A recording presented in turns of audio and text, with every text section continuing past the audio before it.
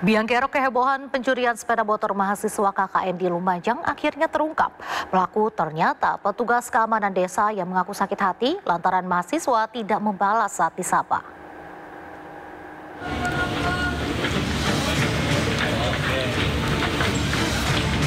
Pelaku pencurian sejumlah sepeda motor milik mahasiswa KKN di Desa Alun-Alun, Kecamatan Ranuyoso, Lumajang akhirnya tertangkap. Pelaku bernama Saman, 32 tahun yang ternyata petugas keamanan yang ditunjuk kepala desa untuk menjaga para mahasiswa. Ia beraksi bersama rekannya dengan cara membobol balai desa. Saat beraksi, aksinya nyaris kepergok karena alarm berbunyi. Ia dengan santai menyembunyikan sepeda motor dan berpura-pura ikut mencarinya. Kepada polisi, ia mengaku sakit hati kepada sejumlah mahasiswa KKN karena tidak membalas saat disapa. Yang bersangkutan ada bersama mahasiswa yang saat itu sedang panik karena ada kehilangan sepeda motor. Nah, yang bersangkutan berpura-pura bukan melakukan, tidak sebagai pelaku. Sebelumnya aksi kawanan pencuri membobol posko mahasiswa KKN terekam CCTV. Dalam 2 hari 4 sepeda motor mahasiswa raib. Pada akhirnya meski program KKN baru berjalan 2 pekan, lebih dari 1.000 mahasiswa KKN kolaboratif dari 8 perguruan tinggi ditarik oleh pihak kampus atas pertimbangan keamanan. Dari Lumajang, Jawa Timur, Yayan Nugroho, iNews melaporkan.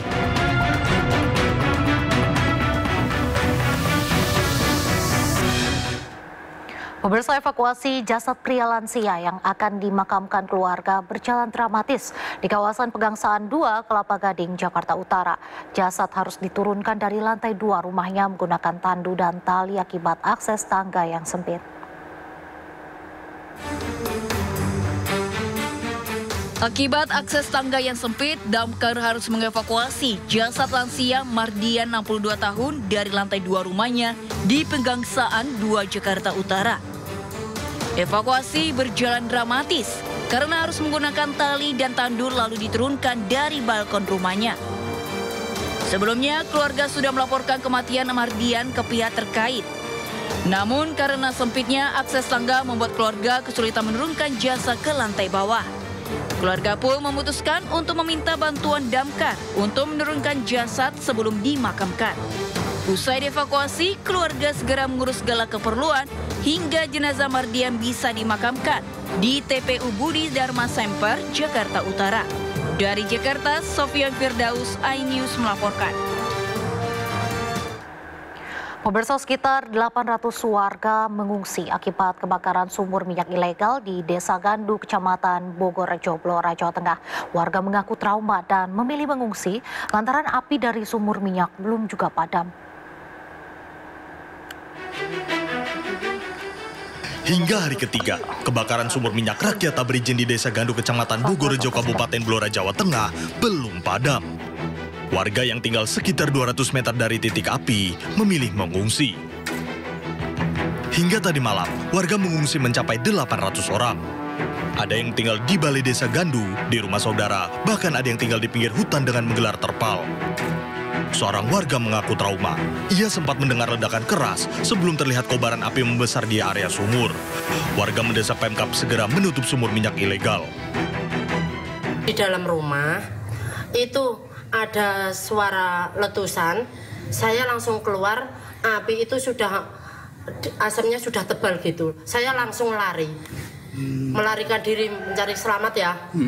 Berarti melihat ada yang kebakar itu. Pemkab Blora telah membangun dapur umum bagi para pengungsi. 900 bungkus makanan dibagikan ke warga 3 kali sehari. Sebelumnya, hari Minggu lalu sumur minyak rakyat di Desa Gandu, Blora terbakar. 3 orang tewas dalam peristiwa ini. Dari penyelidikan, sumur minyak tersebut ternyata tak berizin alias ilegal. 4 orang telah diperiksa kepolisian. Kepolisian memastikan sumur minyak ilegal akan segera ditutup. Dari Blora, Jawa Tengah, Heri Purnomo, iNews melaporkan. Satgas Operasi Damai Kartens 2025 bersama Satreskrim Polres Puncak Jaya melaksanakan rekonstruksi ulang olah tempat kejadian perkara kasus penembakan terhadap almarhum Brigpol Ronald M. Enok di Kabupaten Puncak Jaya. Satreskrim Polres Puncak Jaya melaksanakan rekonstruksi ulang olah tempat kejadian perkara kasus penembakan terhadap almarhum Brigpol Ronald M. Enok di Kabupaten Puncak Jaya. Satreskrim Polres Puncak Jaya melaksanakan rekonstruksi ulang olah tempat kejadian perkara kasus penembakan terhadap almarhum Brigpol Ronald M. Enok di Kabupaten Puncak Jaya. Olah tempat kejadian perkara digelar di Kampung 55, Distrik Pagaleme, Kabupaten Puncak Jaya, Senin 18 Agustus 2025, sekitar pukul 12.16 waktu Indonesia Timur. Olah TKP ini dilakukan guna memperjelas kronologi peristiwa penembakan yang terjadi pada tanggal 21 Januari 2025 lalu yang mengakibatkan Brigadir Polisi Ronald gugur. Hasil olah TKP menetapkan sejumlah titik penting termasuk posisi kendaraan yang digunakan oleh pelaku yakni Konara Enumbi yang telah berhasil ditangkap oleh personil Satgas Ops Damai Kartens pada Jumat pukul 10.40 waktu Indonesia Timur di sebuah honai kampung Usir Depan, Kabupaten Puncak Jaya. Konara diduga terlibat langsung dalam aksi bersama kelompok KKB pimpinan Bumiwalo Telengken. Saat ini yang bersangkutan telah diamankan dan sedang menjalani pemeriksaan lebih lanjut oleh penyidik Polres Puncak Jaya.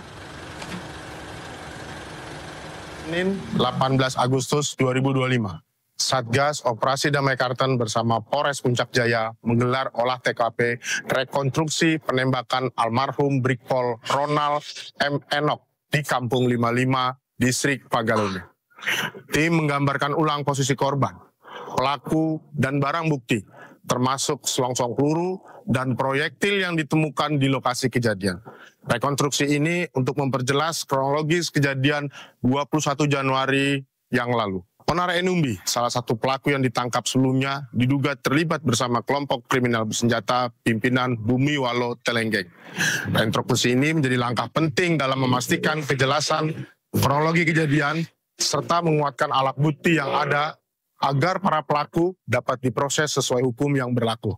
Satgas Operasi Damai Karten berkomitmen untuk mengusut tuntas kasus penembakan terhadap almarhum Brigpol Ronald M. Enok. Kami menghimbau masyarakat tetap kondusif dan aktif melaporkan aktivitas yang mencurigakan. Demikian, terima kasih. Pemirsa, Polda Metro Jaya akan memeriksa saksi terlapor selama sepekan ke depan. Sementara Roy Suryo akan dijadwalkan pemanggilan sebagai saksi pada besok 20 Agustus 2025.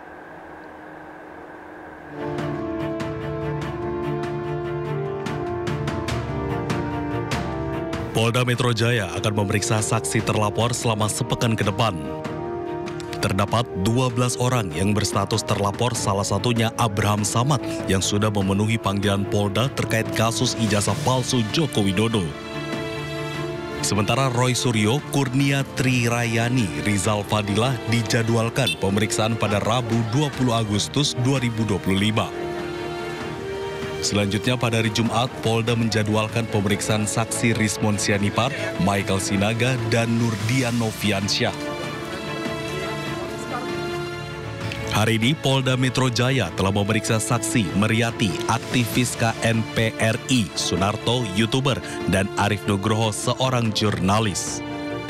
Dalam kesempatan itu, Ahmad Kozinuddin menyebutkan soal pemanggilan saksi, yakni seorang jurnalis. Menurutnya, seorang jurnalis hanya bekerja menyampaikan informasi dan pemeriksaan tersebut terindikasi sebagai pembungkaman. Yang lainnya ini juga klasternya adalah aktivis. Tetapi hari ini klaster media pun juga dipanggil. Dan ini ancaman ini tidak hanya menimpa yang hari ini dipanggil, misalnya Arif Nugroho, juga Sunarto begitu. Tapi ini juga bisa menimpa kawan-kawan media, rekan-rekan media. Karena itu kita harus tegaskan bahwa negara tidak boleh membungkam tugas-tugas jurnalisme. Sebaliknya negara harus ada dan hadir terdepan menjamin kemerdekaan berekspresi, termasuk kemerdekaan menyampaikan informasi kepada publik berkaitan dengan berbagai informasi apapun. Bahwa kalaupun ada yang keberatan dengan informasi yang disampaikan, komplainnya jangan ke media. Jangan manggil-manggilin wartawan jadi saksi. Takut orang dipanggil polisi meskipun jadi saksi. Karena besok bisa saja berubah menjadi tersangka. Kalau mau panggil saja orang yang bersangkutan. Dan dalam hal ini, yang bersangkutan terkait dengan penelitian ijazah palsu secara kesatria sudah memenuhi dan akan hadir lagi besok adalah pemeriksaan Pak Roy Suryo, Bung Rizal Fadilah, dan Kurnia Trirayani. Bahkan seorang advokat pun bisa ditarik dalam perkara ini. Hingga kini penyidikan kasus ijazah palsu Jokowi masih dilakukan dan belum ditetapkan tersangka oleh tim penyidik. Dari Jakarta, Anissa Rizkia, Sadu Santo, Seto Pratomo, iNews melaporkan.